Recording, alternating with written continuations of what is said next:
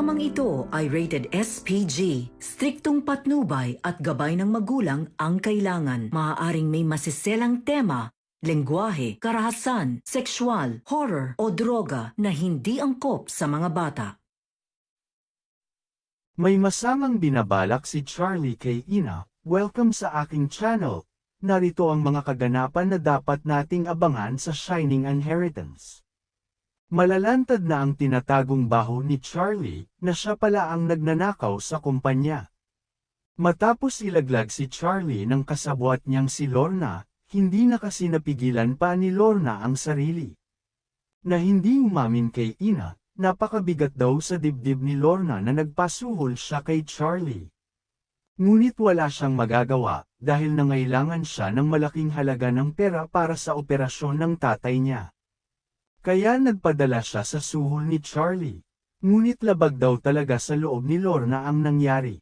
Pinagbigyan ni Ina si Lorna na makapagtrabaho pa sa kumpanya. Basta ilabas ni Lorna ang lahat ng patunay na nagnanakaw si Charlie sa kumpanya.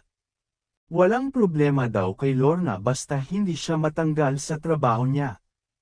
Ibinigay ni Lorna lahat kay Ina ang dokumento na hawak niya. Nagimbal si Ina, na noon pa pala niloloko ni Charlie si Lola Aurea. Kaya kailangan ng matanggal ni Charlie sa kumpanya. Bago pa tuluyang bumagsak ang kumpanya na iningat-ingatan ni Lola Aurea. Maraming pasabog at revelasyon sa mismong retirement party ni Lola Aurea.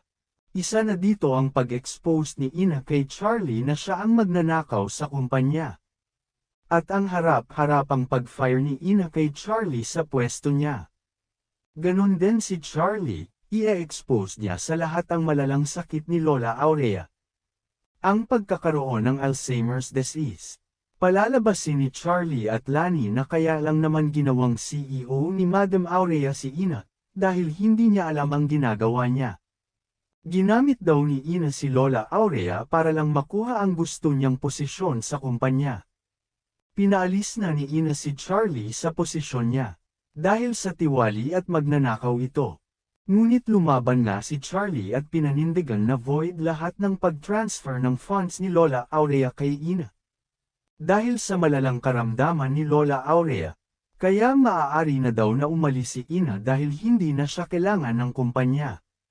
Dahil void lahat at walang karapatan si Ina, halos maiyak-iyak si Ina. Hindi niya alam kung paano niya ipagtatanggol ang sarili niya. Maging si Jonah ay inaway na si Ina, pinagtulungan si Ina. Habang si Lola Aurea naman ay pinipilit na awatin sila.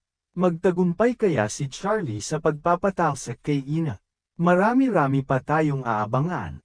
Kaya kung bago ka pa lang sa channel ko ay huwag kalimutan na mag-subscribe at i-like ang video na ito. Salamat!